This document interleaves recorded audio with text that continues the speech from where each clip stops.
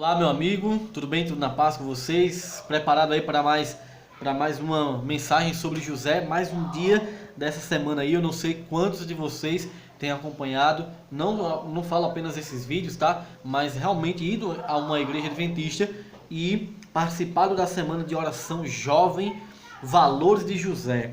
E o tema de hoje é o tema 6: gerencie o seu dinheiro. É muito importante a gente gerenciar o nosso dinheiro. É muito importante, sabe por quê? A maneira como você lida com o seu dinheiro mostra Deus para as pessoas. E a forma como você gasta revela quais são as suas prioridades. A forma como você gasta o seu dinheiro vai dizer quais são as suas prioridades. E qual é, meu amigo, a tua prioridade?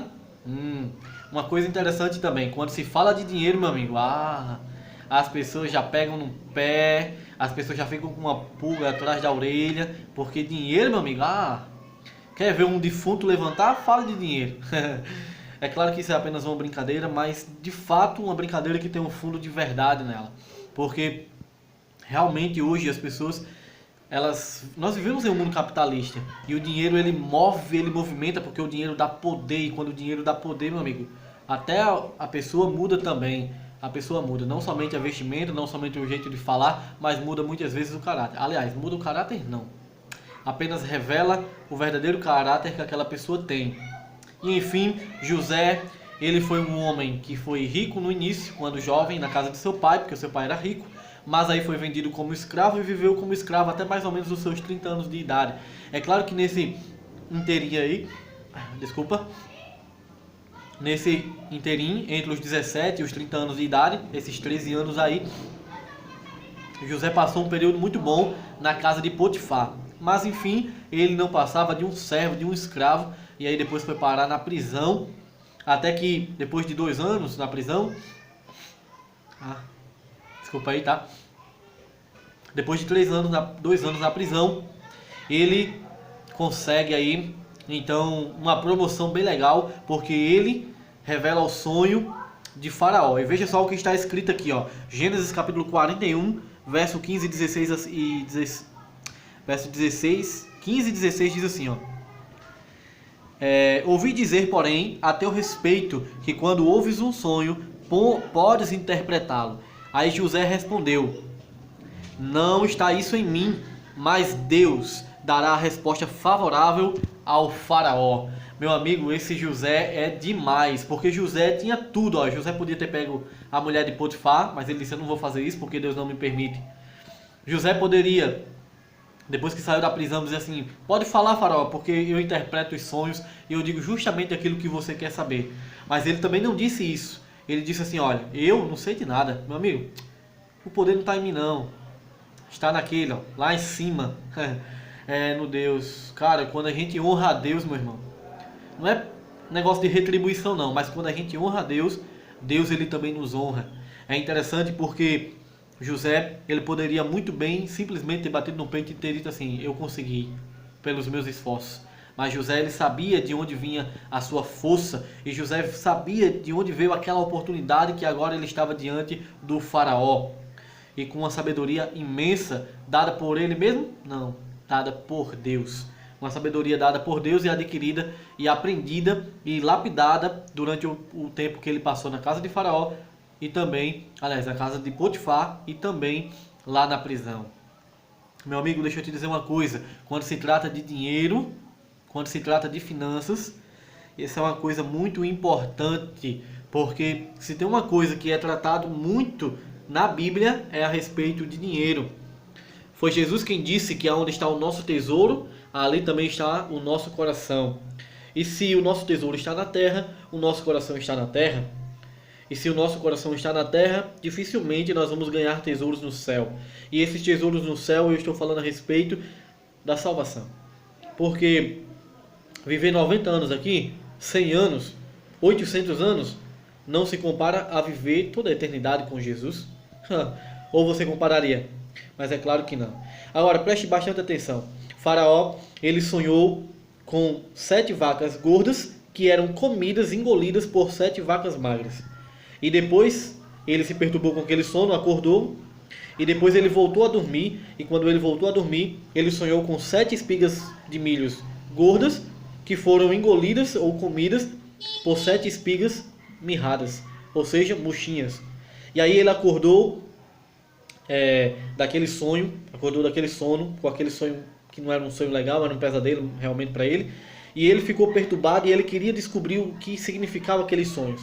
Mas ninguém lá dos amigos de Faraó, daquelas pessoas, daquela patotinha que fica babando ali os caras, principalmente Faraó na época, ninguém sabia interpretar o sonho. Mas aí é interessante porque o copeiro-chefe que estava dando o vinho ali no copo, né, para Faraó, disse assim: olha, um dia quando eu estava na prisão, teve um camarada lá que eu sonhei e ele interpretou o meu sonho. E esse camarada, José, um dos filhos dos escravos de Israel, podemos assim dizer.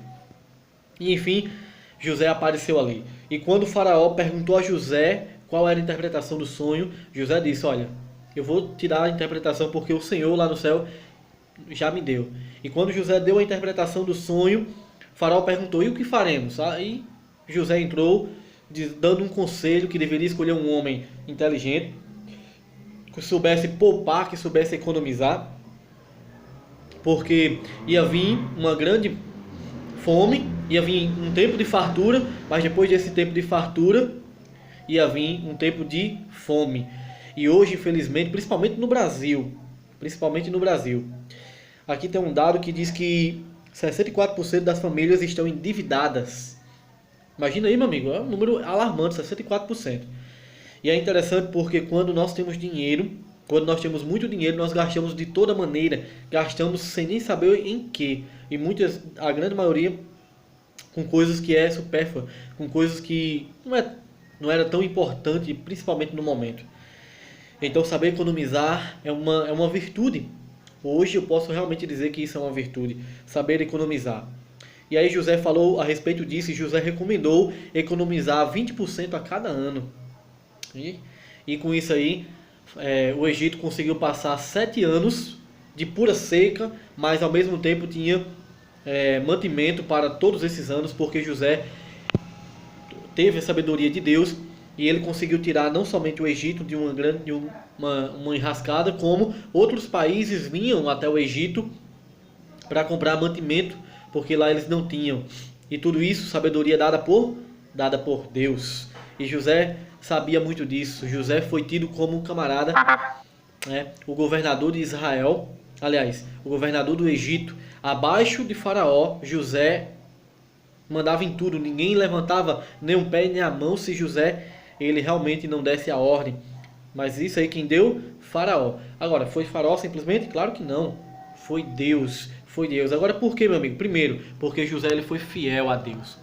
Primeiro, porque José foi fiel. Segundo, porque José nunca se esqueceu de Deus e porque José sempre colocou Deus em primeiro lugar. E mesmo passando por momentos de dificuldades da vida, ele nunca se esqueceu de Deus e ele sempre sabia que Deus estava ali do lado dele, que Deus também não tinha se esquecido dele. O problema nosso é que a gente faz as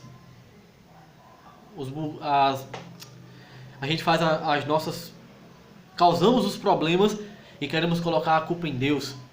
Fazemos as nossas escolhas erradas e não queremos sofrer as consequências. E aí muitas vezes quando essas consequências vêm, achamos que foi Deus quem nos abandonou. Mas não é, meu amigo. Muitas pessoas hoje vivem endividadas porque elas não sabem economizar. Muitas pessoas vivem endividadas porque elas não sabem o que comprar. Elas confundem o que é importante e o que é essencial. O que pode ser comprado hoje e o que pode ser comprado em qualquer dia.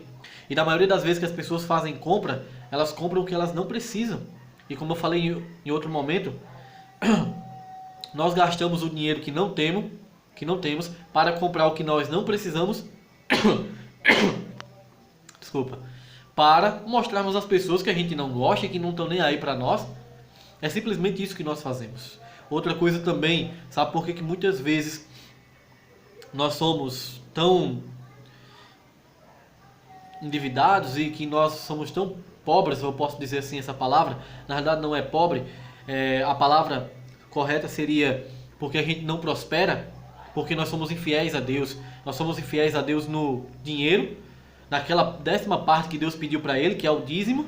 E quando a gente fala isso, tem muitas pessoas que dizem até que as igrejas são ladronas, porque estão pegando o dinheiro do povo, mas Deus é quem pediu os 10%, e esses 10% pertencem a Ele e não a nós, então a gente tem que devolver. E o segundo ponto é justamente a questão do dia, o dia de sábado, porque Deus disse, lembra-te do dia de sábado para o santificar. Isso está em Êxodo capítulo 20, versículo 10. E nós também não damos esse dia para Deus, esse momento para Deus. Então veja, duas coisas que Deus pediu e que nós não somos fiéis, a grande maioria. E aí queremos que Deus nos abençoe. Queremos que Deus nos abençoe. Mas não é assim. José era fiel em tudo e por isso que ele chegou aonde ele chegou. E acima de tudo, quando ele se tornou governador, ele mostrou para as pessoas do Egito quem era Deus. Quem era Deus. Meu amigo e minha amiga, eu não estou falando aqui de simplesmente ser rico ou pobre. Eu não estou falando aqui de que se você agora for fiel em tudo, Deus vai te fazer ser rico. Não, porque a maior riqueza é você já ter Deus no coração e saber que você está fazendo certo, independentemente de qualquer situação. José, ele foi fiel em tudo. Ele não só foi fiel quando chegou lá no trono, podemos assim dizer. Não, mesmo lá no calabouço, estando preso, ele já era fiel a Deus. E não importa o que as circunstâncias, ele sabia que Deus estava ali com ele. E aí, eu gosto dessa música, eu sempre reflito nessa frase e gosto de repetir também. A música diz: se Deus fizer, Ele é Deus. Mas se não fizer, continua sendo Deus. Não é o que eu penso, não é o que eu acho, não é o que eu quero que vai dizer quem é Deus. Não é o que eu peço. Até porque é o seguinte, maior do que as bênçãos é aquele que nos concede as bênçãos. E se talvez Deus ainda não te concedeu as bênçãos, é porque Ele sabe que essas bênçãos talvez te tirem da humildade, te tire do caminho dele. Então, meu amigo, saiba de uma coisa: você pode ser pobre o resto da vida aqui, mas se você for fiel a Deus, um dia você vai ser rico. Aliás, você vai morar com o teu pai rico, que é lá no céu, porque o nosso Deus é o dono do universo. E aí você vai poder andar em ruas de ouro, na rua de ouro, em água transparente e enfim, tudo de ouro. E morar em mansões, como eu já falei de outra vez.